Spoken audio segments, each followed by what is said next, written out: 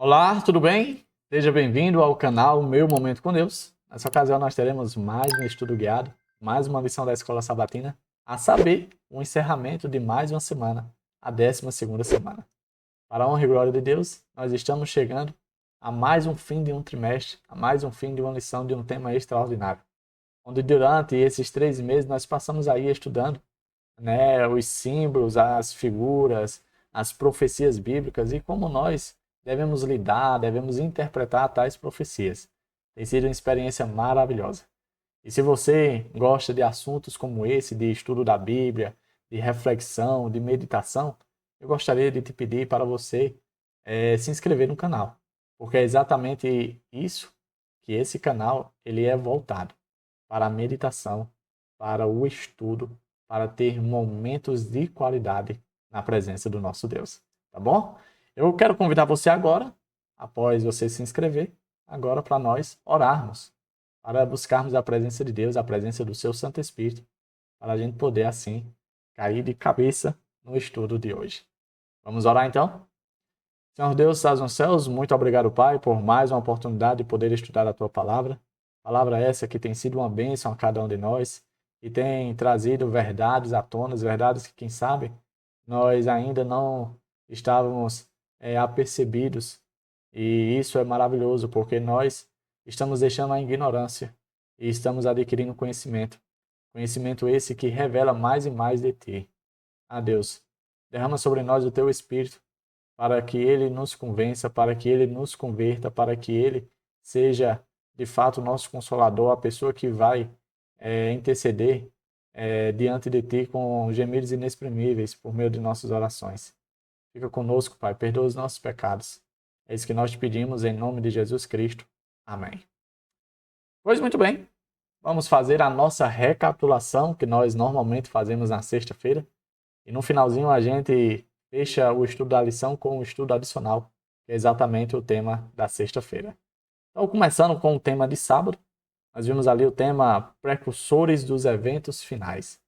Ou seja, pessoas, histórias que vieram antes daquilo que, quem sabe, nós estamos aguardando com tanta esperança. E aí o verso para memorizar do estudo de sábado ele se encontra ali na carta de 2 Timóteo, capítulo 1, verso 7, que diz: Porque Deus não nos deu o espírito de covardia, mas de poder, de amor e de moderação. Se você tem buscado um íntimo relacionamento com Deus, você não precisa se preocupar com relação às cenas e os eventos que antecedem a volta de Jesus. Normalmente, quando esses assuntos são abordados, as pessoas demonstram ali um certo receio, um certo medo com relação ao que poderá acontecer. E aí a gente percebe que aqueles que mantêm um relacionamento íntimo e estreito com Deus, essas pessoas receberão um espírito de poder, de amor e de moderação. O espírito de covardia não fará parte da realidade dos verdadeiros adoradores de Deus. E isso é uma bênção, isso é uma alegria, isso de fato é uma maravilha que somente Deus pode proporcionar a cada um de nós. A gente viu aqui na introdução de sábado que a gente daria continuidade ao que já tem acontecido aí, com quem sabe as últimas 2 semanas de estudo, onde nós refletimos e analisamos em histórias bíblicas, histórias que estão ali no Antigo e no Novo Testamento, que refletem de forma muito expressiva as cenas que antecederão a volta de Jesus, as cenas dos eventos finais. E é por meio dessas histórias que nós estamos tirando lições, aprendizados, conhecimento, para que a gente, de fato, possa estar devidamente preparado. Então, partindo para o tema de domingo, nós vimos ali Daniel 2, o tema Daniel 2 e a interpretação historicista.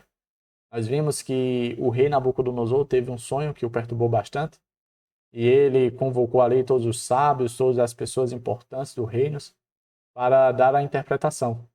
Algumas pessoas, querendo, quem sabe, livrar a própria pele, pediu para que o rei revelasse o sonho.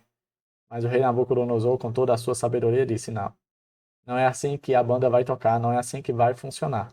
Vocês precisam dizer qual é o sonho e qual é a interpretação, senão vocês perderão a vida de vocês. Simples assim. E aí, Deus, por meio do seu servo Daniel, revela o que era que o rei tinha sonhado e também apresenta o que significava o simbolismo, né, as figuras apresentadas ali no sonho. O rei Nabucodonosor sonhou com uma estátua que tinha ali diversos materiais, né, tipos de metais: ouro, prata, bronze, ferro e ferro misturado com barro. E aí Daniel deu a interpretação dizendo que cada tipo de metal representava um reino, um império mundial, que iria ocupar o seu período de tempo na história do mundo. Começando por Babilônia, representado ali pela cabeça de ouro.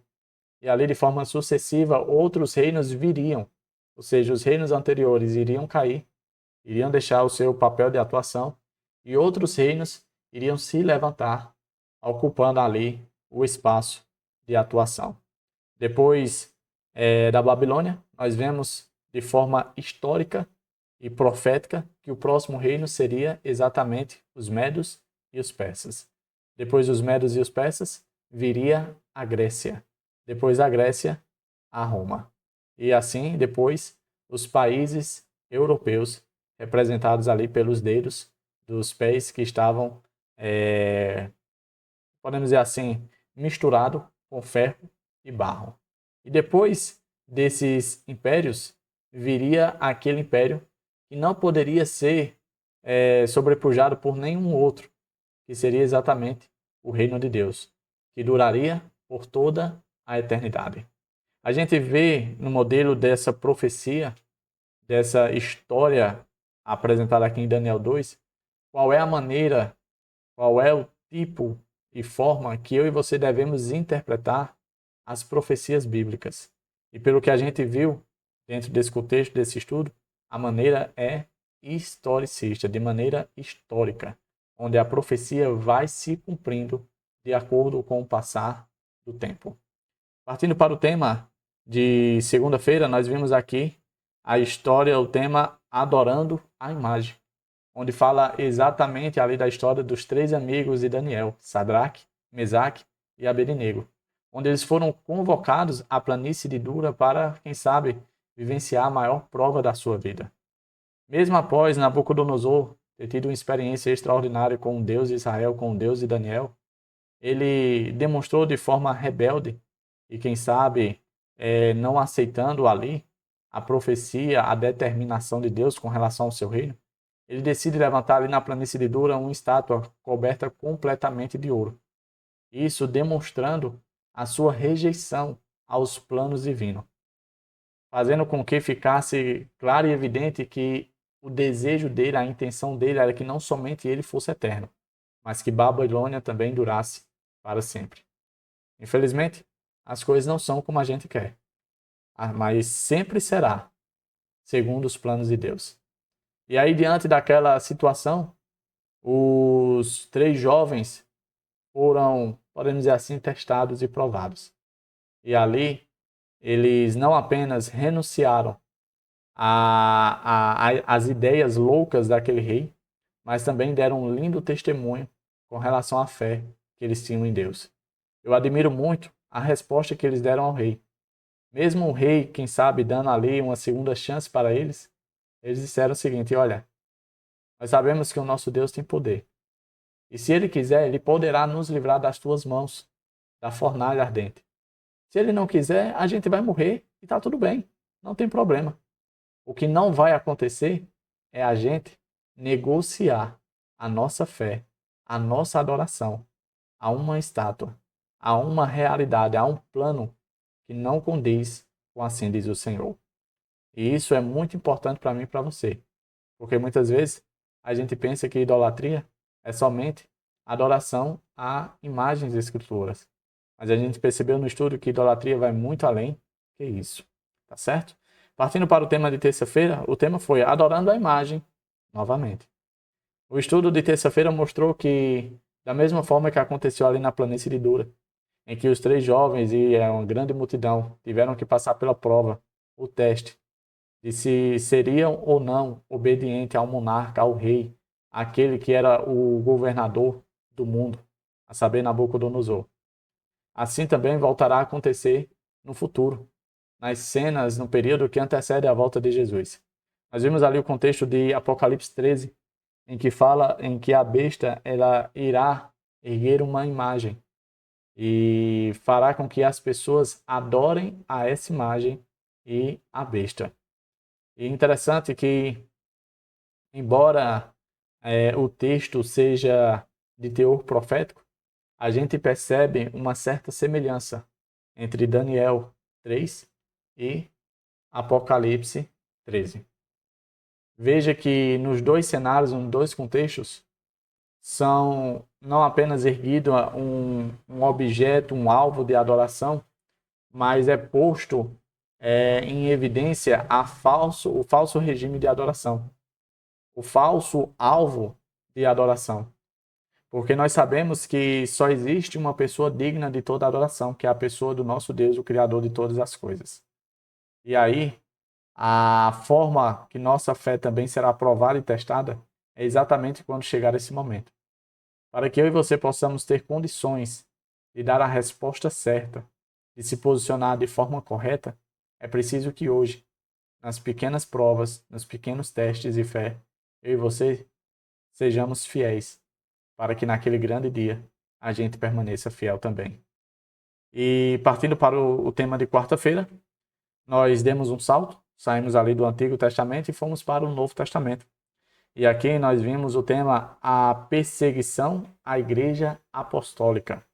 Aqui foi tratado o contexto exatamente do livro de Atos, em que foi descrito ali e narrado que Tiago, irmão de João, foi brutalmente martirizado, assassinado à espada, e que Pedro foi aprisionado com o propósito de ser ali questionado, julgado de forma pública. Com o propósito, claro, de também envergonhá-lo e desmerecê-lo perante a sociedade e com certeza terminar matando. A Bíblia fala que os judeus se alegravam com esse tipo de situação. Veja que os primeiros cristãos, no primeiro século, ali na igreja primitiva, eles sofriam bastante e eram perseguidos. E cenas como essas também irão acontecer nos eventos finais. Ou seja, a gente percebe como eu e você devemos lidar com tais situações.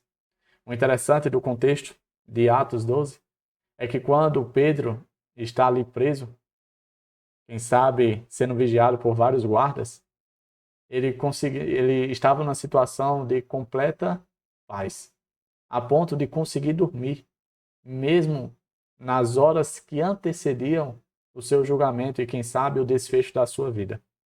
E é exatamente isso que a pessoa de Deus, a presença de Deus, Cristo na vida nossa e dos nossos semelhantes, consegue proporcionar essa verdadeira paz. O anjo teve que tocar do lado de Pedro para o despertar, para poder o libertar. Se não fosse assim, Pedro continuaria dormindo tranquilamente, porque a despeito da situação em que ele estava vivendo, uma situação completamente terrível, de prisão de forma injusta, de uma perseguição ao algoz, Pedro estava em paz, porque ele tinha bem certo na sua vida, na sua mente, na sua convicção, de que o reino que ele pertencia não era esse reino terrestre, mas o reino que virá muito em breve e durará por todo sempre. Partindo para o tema de quinta-feira, nós vimos aqui o tema A Marca da Besta. Muitos se falam sobre esse tema, o que seria a marca da besta. Alguns, quem sabe, já levantaram aí a possibilidade de ser um chip, outros de ser algum objeto, outros de ser o código de barra e por aí vai. Muitas teorias têm se levantado com o passar do tempo. Porém, o que a gente percebe no contexto do estudo é que a marca da besta está intimamente ligado a um regime de falsa adoração. E por isso, nós, como adventistas, indicamos, né, que no futuro, o que será a marca da besta será exatamente a adoração, a observância a um dia que não é o verdadeiro dia de adoração a Deus. A Bíblia, em todo o seu contexto, de Gênesis e Apocalipse, revela que o dia de observância é o sábado. E lá no Decálogo, no quarto mandamento, nós vemos de forma muito expressa e clara que o sábado é um memorial é um dia que nos faz lembrar da criação. E ao lembrarmos da criação, a nossa mente é voltada para o Criador. Por isso que o sábado, no contexto ali de Ezequiel, nos fala que este é o sinal entre Deus e o seu povo, a observância, a guarda do sábado. De forma contrária a isso, nos últimos tempos, a marca da besta, que vai selar as pessoas que rejeitaram a Deus e se posicionaram e se coligaram à besta e o falso profeta, também será um dia de adoração. E a gente tem visto que esse dia tem ganhado bastante destaque como dia de domingo. Fica tranquilo que hoje esse dia ainda não é a marca da besta. Algumas pessoas dizem, já que é o domingo, eu guardei o domingo até hoje, então fui marcado pela besta. Não, ainda não. Mas é preciso que você abra do olho e busque na palavra de Deus qual é a vontade de Deus para a sua vida. Não vá pelo que eu estou dizendo, mas busque pelo poder do Espírito Santo, ser guiado por Deus para viver uma adoração fiel ao Senhor. E com certeza eu tenho fé e convicção de que Deus vai te mostrar a verdade preservada na sua palavra. Aí vai caber somente a você, se você vai obedecer ou se você vai rejeitar. A gente viu, com o passar do tempo, os verdadeiros cristãos, eles buscaram ser obedientes. E para aqueles que perseveraram na obediência e guardaram a fé de Jesus, essas pessoas terão um lindo galardão por toda a eternidade ao lado do nosso Deus. Chegando no tema de sexta-feira, nós temos aqui o estudo adicional, que apresentou aqui 2 textos que eu vou ler e compartilhar com vocês. São textos muito importantes que valem a nossa reflexão. Olha só o que diz, ó. Em todos os tempos, Deus tem usado os santos anjos para socorrer e livrar seu povo. Vieram como homens com roupa de peregrino. Anjos apareceram em forma humana a homens de Deus. Repousaram como se estivessem cansados sobre os carvalhos ao meio-dia. Aceitaram a hospitalidade dos lares humanos. Agiram como guias aos viajantes surpreendidos pela noite. Acenderam com as suas próprias mãos o fogo no altar. Abriram as portas do cárcere, libertando os servos do Senhor. Revestidos da armadura do céu, vieram para remover a pedra do túmulo do Salvador. Com base nesse primeiro texto, nós temos a plena ciência de que nós não fomos deixados sozinhos. Eu e você podemos contar com o auxílio dos santos anjos de Deus para lidarmos, para vivermos e para vencermos essas últimas horas que antecedem a volta do nosso Senhor Jesus Cristo. Serão as pessoas, os anjos, que vão nos proteger, que vão nos mostrar o caminho que nós devemos trilhar rumo à presença do nosso Deus. O último texto diz assim, ó, muitas vezes anjos aparecem em forma humana nas assembleias dos justos. Eles visitam também as reuniões dos ímpios, assim como foram a Sodoma, para fazer um relatório de suas ações e verificar se passaram dos limites da paciência de Deus. O Senhor tem prazer na misericórdia, e por amor aos poucos que realmente o servem, restringe as calamidades prolongadas, a tranquilidade das multidões. Aqueles que pecam contra Deus mal compreendem que devem sua própria vida aos poucos fiéis que eles gostam de ridicularizar e oprimir. É nesse ponto, nesse texto, que nós devemos destacar a importância da oração intercessória. É graças à oração intercessória que muitas pessoas que têm vivido de maneira dissoluta, trilhando um caminho mau, têm tido ainda tempo de misericórdia, tempo de arrependimento, tempo para conhecer o verdadeiro Deus. Algumas pessoas acham demorado a volta do Senhor. E quem sabe muitos, durante a caminhada, se desmotivaram e quem sabe abandonaram essa jornada. Exatamente por conta dessa aparente tardança da volta de Jesus.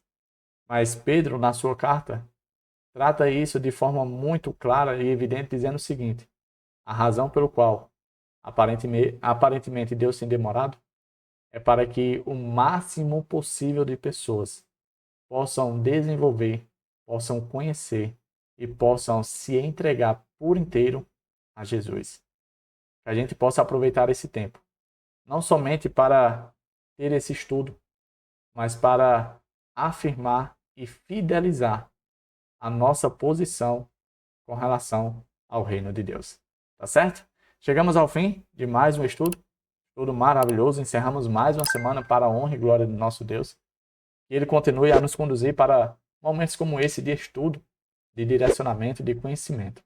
Se você acha que estudos como esse são relevantes, que vale a pena que outras pessoas tenham acesso, e você gostaria que a plataforma impulsionasse esse estudo para outras pessoas, basta você deixar o gostei e o seu like. E é dessa forma que a plataforma vai entender que esse conteúdo é importante e relevante. E outras pessoas também terão o prazer e o privilégio de ter o estudo guiado, o estudo da lição da Escola Sabatina. Já se você quer participar de forma ativa na pregação do Evangelho, na propagação de estudos como esse, você pode compartilhar. Pega o link, envia aí para os seus contatos no WhatsApp, no grupo da família, no grupo da igreja, e que com certeza vai ser maravilhoso. Mais e mais pessoas se unindo e se juntando a mim e a você, e determinando esse momento de prazer, de qualidade com o nosso Deus. Eu quero te ver aqui no próximo estudo, a última semana desse trimestre. Não falta. Vai ser maravilhoso contar com você aqui. Eu estarei esperando, tá bom? Até a próxima e tchau, tchau.